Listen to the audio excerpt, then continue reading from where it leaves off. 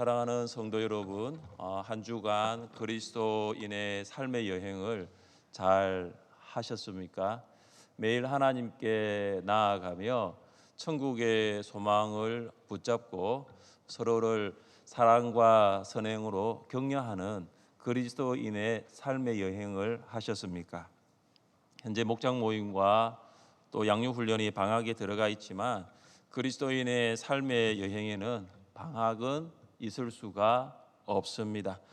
그리스도인의 삶의 여행은 지금도 계속되고 있습니다. 방학이라도 그리스도인의 삶의 여행을 결코 중단하지 마시기를 바랍니다. 지난주 새벽기도 숫자가 확 줄어들었어요. 그래서 그리스도인의 삶의 여행을 계속 합시다 했는데 한 반으로 줄어든 것 같아요. 한근사님 그렇죠? 네. 그래서 그리스도인의 삶의 여행은 우리가 양육훈련과 목장이 방학이더라도 결코 멈출 수 없다는 것을 기억하시기를 바랍니다. 그리스도인에게는 과거, 현재, 그리고 미래 이 세 가지의 시제가 공존합니다.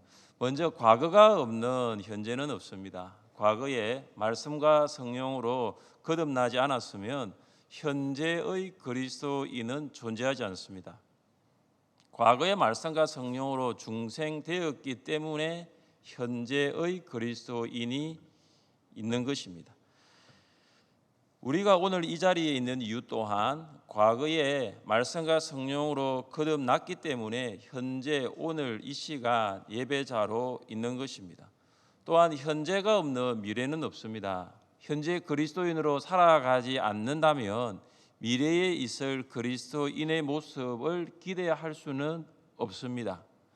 비록 현재의 모습이 부족하더라도 우리가 그리스도인으로 오늘을 살아가는 이유는 미래에 있을 성숙된 그리스도인의 모습을 소망하고 있기 때문입니다. 오늘 본문에서 히브리서 저자는 그리스도인이 과거, 현재 그리고 미래를 바라볼 때 어떻게 살아가야 할 것인가에 대하여 고민하고 있습니다. 그리스도인의 과거, 현재 그리고 미래의 모습은 무엇일까요?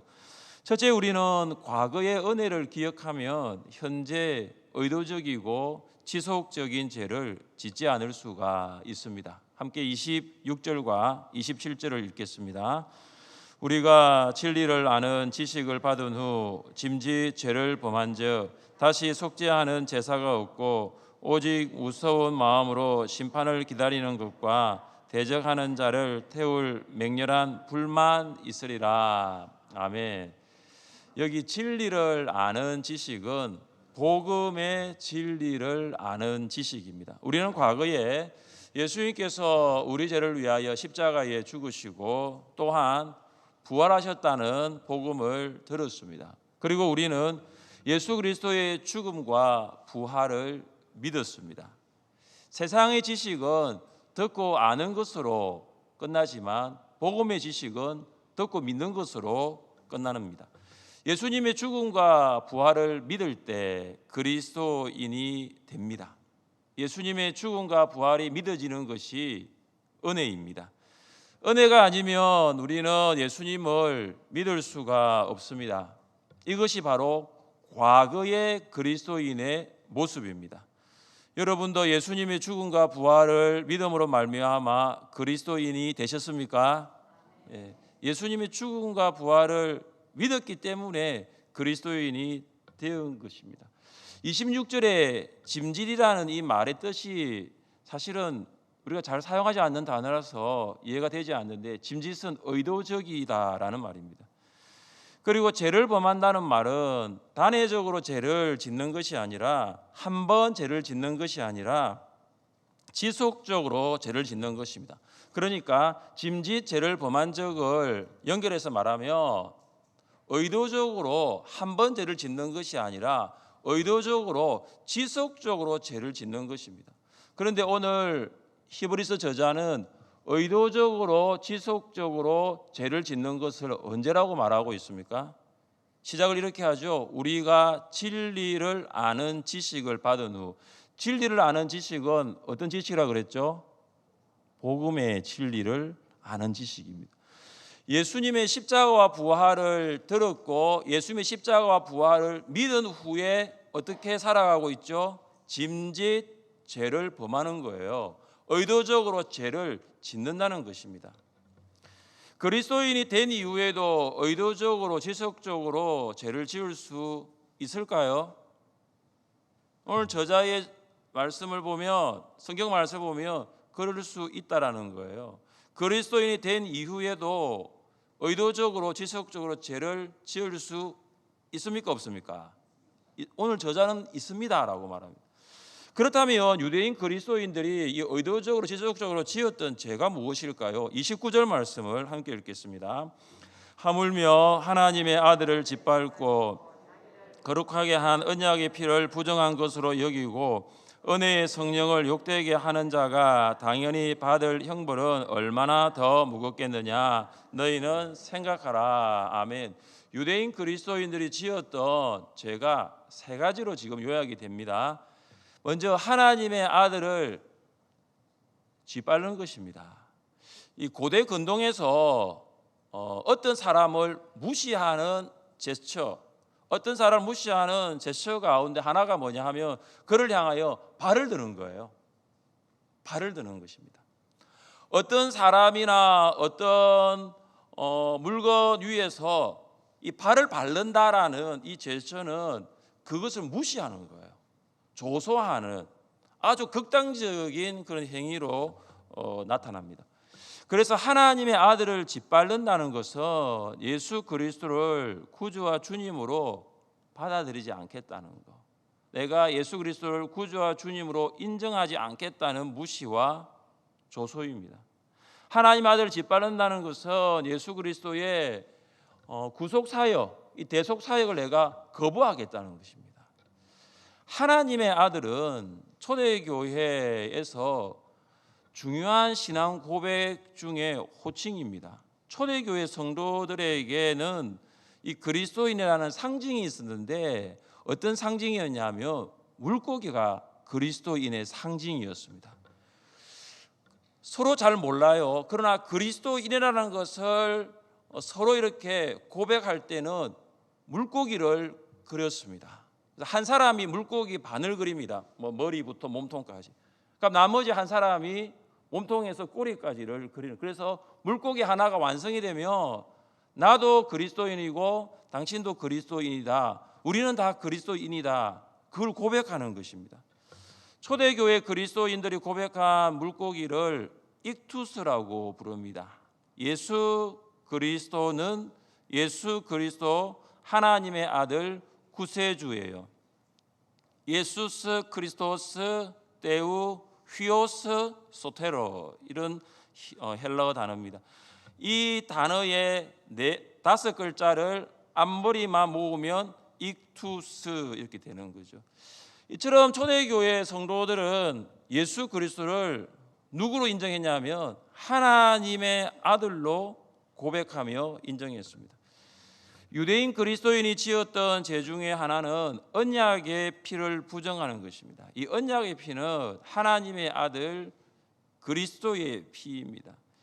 짐승의 피로 옛 언약이 확정되었듯이 예수 그리스도의 피로 새 언약이 시작이 되었습니다. 그래서 죄인이 어떻게 그리스도인이 되느냐? 예수 그리스도의 피로 죄인이 그리스도인이 됩니다. 그러니까 그리스도의 피를 부정한다는 것은 피로 맺어진 하나님과 그리스도인의 이 새 언약, 이 관계를 부정하는 것입니다. 사랑하는 성도 여러분, 어떻게 그리스도인이 하나님의 관계를 부정할 수 있을까요? 여러분은 그리스도의 피로 맺어진 그 하나님과의 관계를 부정할 수 있습니까? 피로 맺어진 그 관계를 부정할 수 없습니다. 유대인 그리스도인들이 지었던 죄는 은혜의 성령을 욕되게 하는 것입니다. 이 은혜의 성령을 욕되게 한다는 말은 그리스도의 피를 통하여 은혜 주시는 성령의 사역을 모독하는 것과 같습니다. 성령의 사역을 모독한다는 것은 그리스도의 피를 통하여 주시는 하나님의 은혜를 끊어버리는 것입니다. 이것은 은혜 없이도 살아갈 수 있다라는 교만입니다. 성령의 은혜 없이는 살아갈 수 없는 겸손이 아니라 성령의 은혜 없이도 살아갈 수 있다는 교만한 마음입니다. 저자는 예수님을 믿은 후에도 여전히 이런 의도적이고 지속적인 죄를 짓는 그리스도인들에게 무엇을 경고하고 있습니까? 28절입니다. 모세의 법을 폐한 자도 두세 증인으로 말미암아 불쌍히 여김을 받지 못하고 죽었거든. 모세의 율법에 따르면 두세 증인들만 있어도 신성 모독이나 우상 숭배의 죄를 범한 자는 모두 죽었습니다. 그런데 모세의 율법을 폐한 이스라엘 백성도 심판을 받았는데 하물며 하나님의 아들 예수 그리스도를 모욕한 자는 어떻게 되겠습니까?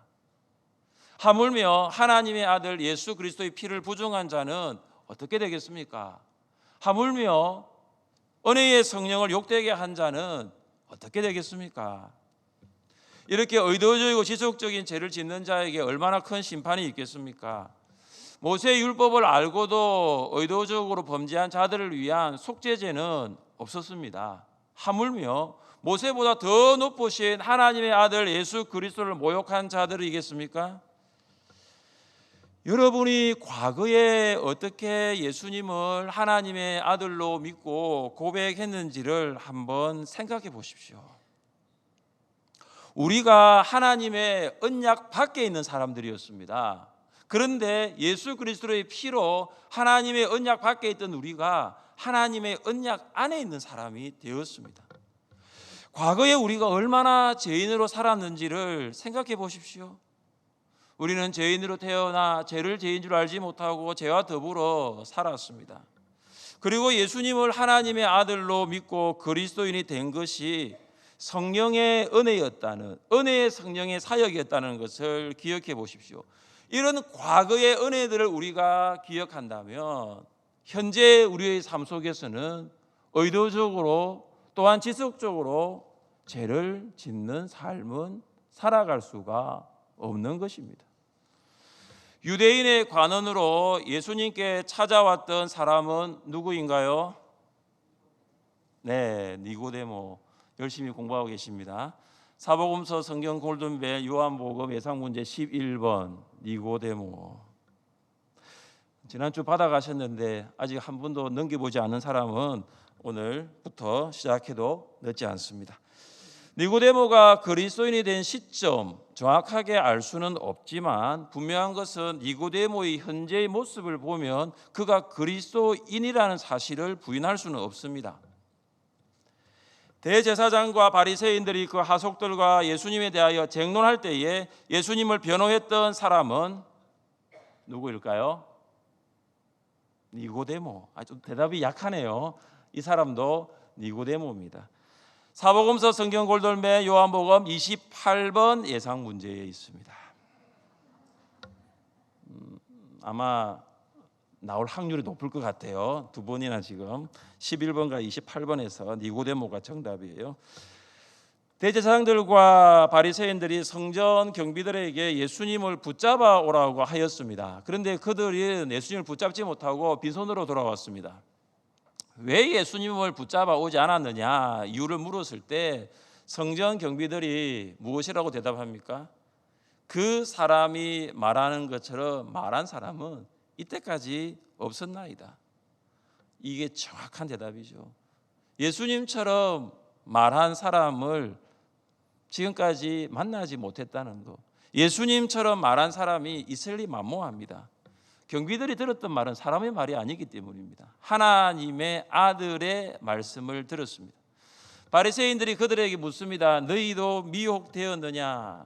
바리새인들과 성전 경비들 사이에 오고 가는 대화를 보면 이 밤에 예수님을 찾아왔던 니고데모가 결정적인 말을 던집니다. 어떤 말을 던지냐면 우리 율법은 사람의 말을 듣고 그 행한 것을 알기 전에 심판하느냐. 바리새인들은 예수님을 붙잡아 오라고 하였는데 니고데모가 지금 어떤 이야기를 하고 있냐면 예수님을 변호하고 있습니다. 이건 단순한 변호의 문제가 아니라 그는 지금 명예와 지위를 걸고 이야기하는 것입니다. 여러분 이것은 니고데모가 결코 그리스도인이 아니었다면 그가 과거에 물과 성령으로 거듭나 그리스도인이 되지 않았다면 결코 할 수 없는 믿음의 말입니다. 니고데모는 예수님이 돌아가신 후 시신을 위해 무엇을 가져왔습니까? 같이 한번 읽어볼까요? 이건 예상 문제 없습니다. 31번부터는 나올 수도 있습니다. 같이 읽어보겠습니다. 일찍이 예수께 밤에 찾아왔던 니고데모도 모략과 침향 섞은 것을 100리터라쯤 가지고 온지라. 이 100리터라 요즘 사용하지 않는 계량 수치인데 100리터라는 30kg입니다. 향품이 30kg예요. 여러분 30kg의 향수를 들고 다니지는 않잖아요. 향수는 아주 소량을 들고 다닙니다. 이 향품의 양의 무게가 30kg입니다. 매우 비싼 향품이었을 것입니다. 이 또한 니고데모가 그리스도인이 아니었다면 할 수 없는 행동입니다. 사랑하는 성도 여러분, 니고데모는 예수님을 믿은 후 의도적이고 지속적인 죄를 짓는 삶을 살지 않았습니다. 그는 죄로부터 이제 의를 행하는 삶으로 바뀌었어요. 그는 명예와 지위를 쫓아가는 삶이 아니었고 한평생 예수님의 이름을 담대히 말하고 또 예수님을 따라가고 예수님을 높이는 삶을 살았습니다. 우리도 이렇게 살기를 원합니다. 과거에 내가 예수님을 만났다면, 과거에 내가 예수님을 만나고 그리스도인이 되었다면 현재의 삶은 죄를 짓는 삶이 아니라 의를 행하는 삶이에요. 현재의 삶은 예수님을 말하는 삶이고 예수님을 높이는 삶입니다. 예수님을 믿은 후에 예수님을 전하며 예수님을 따라가며 예수님을 높이는 삶을 사시기를 주님의 이름으로 축복합니다. 둘째, 우리는 과거의 고난을 생각하면 현재 인내할 수가 있습니다. 32절 말씀을 함께 읽겠습니다. 전날에 너희가 빛을 받은 후에 고난의 큰 싸움을 견디어낸 것을 생각하라. 아멘. 이 빛을 받은 것은 유대인 그리스도인들이 예수님을 믿어 그리스도인이 된 것을 말하는 것입니다. 그러니까 전에는 유대교인이었는데 빛을 받았다는 것은 그리스도인이 된 것을 말합니다. 유대인 그리스도인들이 복음을 듣고 예수를 믿어 그리스도인이 된 이후에 무엇이 있었을까요? 고난의 큰 싸움이 있었습니다. 이 큰 싸움이라는 단어는 신약 성경 여기에만 나타나는 단어예요. 큰 싸움은 고된 시합에 나간 선수가 고군분투하는 모습이에요. 고된 시합에서 승리하기 위해서 필요한 것이 여러 가지가 있는데 그 중에 한 가지가 뭐냐면 인내입니다. 마라토너에게 요구되는 것 중에 여러 가지 있겠지만 그 중에 한 가지는 인내입니다. 그래서 마라톤을 인내의 경주라고 부를 수 있겠습니다. 인내하지 아니하면 승리할 수 없습니다. 유대인 그리스도인들이 이 고난의 싸움에서 어떻게 하면 승리할 수 있느냐? 인내하면 승리할 수가 있었던 것입니다. 그들은 과거 이 큰 고난의 싸움에서 인내하며 승리하였던 것을 다시 한번 생각해 볼 필요가 있습니다. 유대인 그리스도인들은 과거 고난의 큰 싸움에서 어떻게 인내하였습니까? 33절과 34절을 읽겠습니다.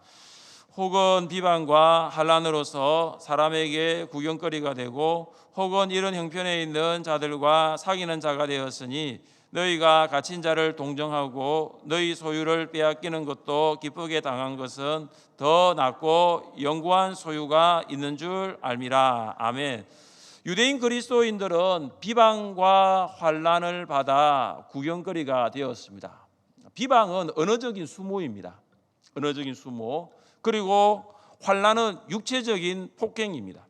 유대인 그리스도인들은 사람들로부터 언어적인 폭력, 언어적인 수모, 그리고 육체적인 폭행을 당했어요. 그런데 이 언어적인 수모와 육체적인 폭행이 어디에서 일어나느냐? 공적 장소에서 일어난 거죠. 개방된 장소, 공공장소에서 일어난 것입니다. 이것은 유대인 그리스도인들에게 엄청난 심적 압박과 고통을 가져다 주었습니다. 이뿐만이 아닙니다. 유대인 그리스도인들은 공권력에 의해서 재산이 몰수가 되었습니다.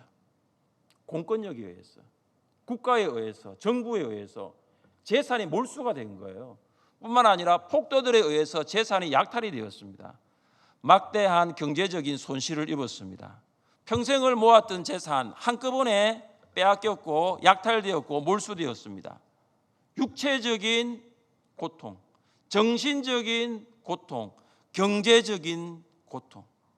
여러분, 이 세 가지 고난은 예수님을 믿지 않았더라면 결코 당하지 않을 수 있었던 고난이에요. 그런데 여러분, 유대인 그리스도인들이 이런 큰 고난을 받으면서도 그들은 인내했습니다. 그들은 인내했어요. 그들이 인내할 수 있었던 이유가 무엇일까요? 너희가 갇힌 자를 동정하고 너희 소유를 빼앗기는 것도 기쁘게 당한 것은, 그 다음 말씀이 무엇입니까? 더 낫고 영구한 소유가 있는 줄 알미라. 할렐루야. 언어적인 폭력을 당했습니다. 조소와 수모를 당했습니다. 엄청난 경제적인 손실을 입었습니다. 맞았어요. 폭행을 당했어요. 근데 그들이 그 고난을 어떻게 여겼느냐? 기쁘게 여겼어요. 기쁘게 당했어요. 아니, 나를 욕하는데 기뻤어요? 내가 만든데 기뻤어요? 내가 가진 소유가 정부에 의해서, 공권력에 의해서, 폭도에 의해서 다 가져감을 당했는데도 기뻤어요. 어떻게 고난과 기쁨이 공존할 수 있습니까? 고난의 반대말은 여러분, 어떻게 보면은 기쁨이 될 수가 없죠. 지금 고난과 기쁨이 지금 같이 있는 거예요. 고난과 기쁨은 반대말인데 마치 지금 고난과 기쁨이 같이 있는 거예요. 여러분, 고난에 대한 일반적인 반응이 기쁨입니까? 여러분, 고난 받으면 기뻐요? 슬퍼야죠. 울어야죠. 땅을 치고 한탄하고 원망해야죠. 여러분, 고난 받으면 그렇잖아요. 다른 사람 핑계를 대야죠. 근데 고난 받으면 기뻐요. 유대인 그리스도인들이 고난을 받으면서 기뻐했습니다. 고난을 받으면서 슬퍼하지 않았습니다. 고난 받으면서 내가 왜 예수 믿었느냐, 내가 왜 예수님을 믿었느냐 원망하지 않았어요. 이유가 무엇입니까? 더 낫고 영원한 소유가 있는 줄 알미라. 더 나은 게 있다는 거예요. 내가 지금 가진 것보다, 내가 지금 소유하고 있는 것보다, 내가 지금 잃은 것보다 더 나은 것이 있다는 것을 그들은 알았어요. 34절에 너희 소유와 영원한 소유는 대조입니다. 너희 소유는 잠시 소유하고 사라져버리는 일시적인 소유예요. 영원한 소유는 말 그대로 영원한 소유입니다. 너희 소유는 땅에 있는 재산이고 땅에 있는 소유예요. 그러나 영원한 소유는 영원한 천국이고 하나님의 나라예요. 유대인 그리스도인들은 보이지 않는 것을 보았습니다. 보이는 것이 다가 아니에요. 보이지 않는 것을 보고 그들은 고난을 받아도 기쁘게 여기고 그 고난 가운데서도 인내하였습니다. 예수님께서는 제자들에게 이 고난에 대해서 어떻게 반응하라고 하였습니까? 나로 말미암아 너희를 욕하고 박해하고 거짓으로 너희를 거슬러 모든 악한 말을 할 때에는 너희에게 복이 있나니, 그 다음 뭐죠? 기뻐하고 즐거워하라. 그 다음은 하늘에서 너희의 상이 큼이라. 너희의 상이 큼이라. 예수님께 제자들에게 고난에 대하여 말씀하신 거, 히브리서 저자가 유대인 그리스도인들에게 말하고 있는 거, 그리고 유대인 그리스도인들이 고난 가운데서 반응한 것이 정확하게 일치합니다. 기뻐하고 즐거워하라. 기뻐하고 즐거워하라. 이것은 제자들과 유대인 그리스도인뿐만 아니라 우리도 마찬가지입니다. 예수님으로 말미암아 언어적인 수모를 당하고 육체적인 폭행을 당하고 심지어 경제적인 손실을 당한다 하더라도 기뻐하고 즐거워하는 거예요. 왜 그렇습니까? 영원한 하늘의 큰 상이 우리를 위하여 예비되어 있음을 믿기 때문입니다. 사랑하는 성도 여러분, 다시 한번 히브리서 저자의 권면을 마음에 새기십시오. 전날에 너희가 빛을 받은 후에 고난의 큰 싸움을 견디어낸 것을 생각하라. 과거 신앙의 여정에서 가장 열정적이었을 때가 여러분 언제입니까? 가장 열정적이었을 때, 가장 열정적으로 하나님을 신뢰하며 살았을 때가 언제입니까? 그때를 생각하십시오. 회상하십시오. 과거 그리스도의 삶의 여행에서 하나님과 복음을 위하여 물불 가리지 않고 뛰어다녔던, 물불을 가리지 않고 뛰어다녔던 그 시간이 있습니까? 그 시간을 떠올려보십시오. 그러면 여러분은 과거의 고난 가운데 승리한 것을 생각하고, 그러면 현재 당하는 고난에서도 분명히 인내할 수 있습니다. 다시 코로나 확진자가 증가하는 제6차 대유행이 시작되었다고 보도하고 있습니다. 여러분 어떻습니까? 지난 2년 4개월 동안 우리 교회가, 그리고 우리 모든 성도들이 이 코로나와의 큰 싸움에서 어떻게 견디어내었는가를 생각해 보십시오. 지난 2년 4개월 동안 어떻게 견디어내었는가를 생각해 보십시오. 결코 짧지 않은 시간이었습니다. 작은 싸움이 아니었습니다. 그러나 우리 교회는 코로나와의 큰 싸움에서 인내하였고 우리 성도들은 승리하였습니다. 과거를 회상하면 현재의 고난을 인내할 수 있습니다. 인내함으로 고난의 큰 싸움에서 승리하는 여러분 되시기를 주님의 이름으로 축복합니다. 셋째, 우리는 예수님의 재림을 바라보면 믿음으로 살 수가 있습니다. 그리스도인은 과거를 회상하고 또한 현재를 살아갑니다. 그런데 그리스도인은 현재에 안주하지 않아요. 과거를 회상하며 현재를 살아가는 그리스도인이지만 현재에 안주하지 않습니다. 미래를 바라보며 믿음으로 살아갑니다. 37절과 38절을 읽겠습니다. 잠시 잠깐 후면 오시리가 오시리니 지체하지 아니하시리라. 나의 의인은 믿음으로 말미암아 살리라. 또한 뒤로 물러가며 내 마음이 그를 기뻐하지 아니하리라 하셨느니라. 아멘. 여기 잠시 잠깐은 매우 짧은 기간을 말합니다. 매우 짧은 기간. 예수님의 재림이 얼마 남지 않았다는 거예요. 잠시 잠깐 후에 예수님께서 오셔서 이 큰 싸움, 이 고난의 큰 싸움을 인내로 버티고 있는 유대인 그리스도인들에게 약속한 것을 성취하도록 하신다는 것입니다. 고난의 큰 싸움은 아직 끝나지 않았습니다. 고난의 큰 싸움은 현재 진행형입니다. 유대인 그리스도인들이 이 고난의 큰 싸움에서 승리할 수 있는 비결은 예수님의 재림에 대한 믿음입니다. 예수님의 재림에 대한 믿음이 있으면 유대인 그리스도인들은 결코 뒤로 물러가지 않을 수 있습니다. 예수님의 재림은 미래에 있을 하나님의 약속에 대한 전진이지만 뒤로 물러가는 것은 유대교로 돌아가려는 태보입니다. 유대인 그리스도인들이 하나님과 약속을 믿는 믿음을 포기하고 뒤로 물러간다면 하나님은 결코 기뻐하지 않습니다. 그리스도인은 믿음으로 살아가는 사람입니다. 그리스도인은 결코 뒤로 물러가는 사람이 아니에요. 비록 고난의 큰 싸움이 유대인 그리스도인들이 가는 길을 막고 있다 할지라도 그들은 예수 그리스도의 재림을 믿음으로 앞으로 나아갈 수 있습니다.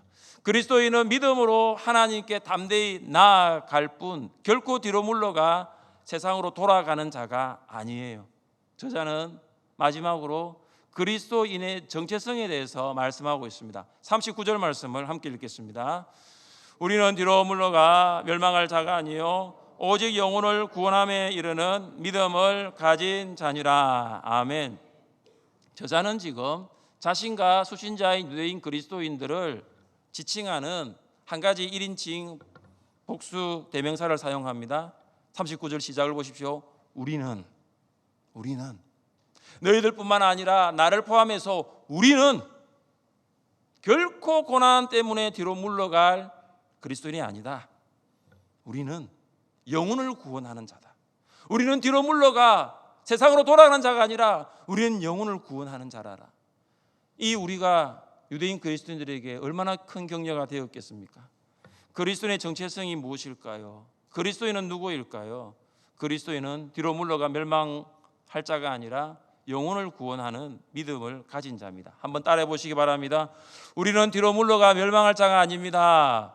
우리는 뒤로 물러가 멸망할 자가 아닙니다. 우리는 영혼을 구원하는 믿음을 가진 자입니다. 우리는 구원하는 믿음을 가진 자입니다. 여러분, 뒤로 물러가면 멸망입니다. 뒤로 물러가면 패배예요. 우리는 예수 그리스도의 재림을 믿음으로 하나님을 의지하고 앞으로 나아가는 사람입니다. 많은 영혼들을 여러분을 통하여 하나님께서 구원하실 그 많은 영혼들을 주님께로 인도할 믿음의 사람입니다. 이것이 바로 우리의 정체성이에요. 영혼을 구원하는 믿음의 사람이라는 정체성을 가지면 고난의 큰 싸움에서도 결코 뒤로 물러가지 않아요. 결코 뒤로 물러가지 않아요. 여러분 혹시 2004년 아테네 올림픽 마라톤 경기를 보신 적이 있습니까? 아테네 올림픽 마라톤 경기에 출전한 선수 중에 키 167cm, 몸무게 53kg의 아주 왜소한 남자 한 명이 마라톤 경기에 출전하죠. 그 남자는 브라질 선수인데요. 반데를레이 델 리마라는 선수예요. 리마. 이 리마 선수가 2004년 아테네 올림픽 마라톤 경기에서 계속해서 선두를 달렸습니다. 이걸 보신 분들은 리마가 결승선에 1등으로 들어올 것이라고 다 생각했어요. 그런데 결승전 5km를 남겨두고 일어나지 않아야 될 일이 일어났어요. 관중 중에 그 마라톤을 같이 보고 있는 그 관중 중에 아일랜드 출신의 닐 호런이라는 사람이 갑자기 뛰어 들어가는 거예요. 지금 마라톤 선수 뛰어가고 있는데 갑자기 뛰어 들어가서 리마에게 달려가는 거죠. 1등으로 지금 달려가는 선수에게 달려가고 있는 거예요. 여러분 마라톤이라는 것은 이게 리듬이 있거든요. 한 사람이 들어오니까 리듬을 잃어버리는 거예요. 그 사이에 뒤에 있는 선수들이 리마를 앞질러 가버립니다. 그때 리마가 포기를 안 합니다. 계속해서 리마가 달려요. 포기를 하지 않습니다. 근데 리마가 3등으로 들어와요. 리마는 이 경주의 기쁨을 잃어버리지 않습니다. 끝까지 달리는 거예요. 끝까지 달리면서 아테네 올림픽 스타디움에 입장을 하는 것입니다. 그리스도인의 삶에도 닐 호런 같은 회방꾼이 있을 수 있습니다. 우리가 지금 천성을 향해 달려가고 있는데 우리의 이 경주를 방해하는 닐 호런 같은 회방꾼이 있을 수 있어요. 여러분의 부모님, 여러분의 배우자, 여러분의 가족이 여러분의 이 경주를 회방하는 닐 호런 같은 회방꾼이 있을 수 있습니다. 될 수도 있는 거예요. 여러분 육체적인 고통, 여러분의 병, 그리고 여러분의 경제적인 손실, 오늘 같은 날은 날씨, 오늘 날씨 너무 안 좋네. 집에서 인터넷으로 드려야 되겠다. 우리의 이 경주를 방해하는 것들이 있어요. 코로나19 회방꾼이 될 수 있습니다. 그러나 여러분 이런 해방꾼이 그리스도인의 삶을 방해하더라도 뒤로 물러가지 마시기를 바랍니다. 잠시 리듬을 잃을 수 있어요. 잠시 리듬을 잃고 속도가 줄어들 수는 있겠지만 계속하여 다시 리듬을 회복하고 앞으로 달려가면 속도도 회복되는 거죠. 우리에게 달려가야 할 삶이 바로 이런 그리스도인의 삶이기 때문입니다. 사랑하는 성도 여러분, 그리스도인에게는 과거와 현재와 미래가 있어요. 우리는 복음의 진리를 듣고 예수님을 믿었습니다. 그래서 우리는 현재의 삶을 살아가고 있는 거예요. 여러분 현재의 삶에서도 복음에 합당한 삶을 사세요. 복음을 듣고 믿었는데 복음을 거스르는 삶, 복음을 의도적으로 거스르는 죄를 지어서는 안 됩니다. 우리는 과거의 큰 고난의 싸움을 생각하면서 기뻐하며 현재의 삶에서 인내할 수 있는 거죠. 예수님의 재림을 바라보면서 현재를 믿음으로 살아가는 것입니다. 여러분 지금 과거와 현재의 미래 중에 여러분 어디에 있습니까? 예수님을 믿음으로 그리스도인이 되었고 고난의 큰 싸움에서도 인내하고 있다면 이제 예수 그리스도의 재림을 바라보며 믿음으로 사시기를 주님의 이름으로 축복합니다.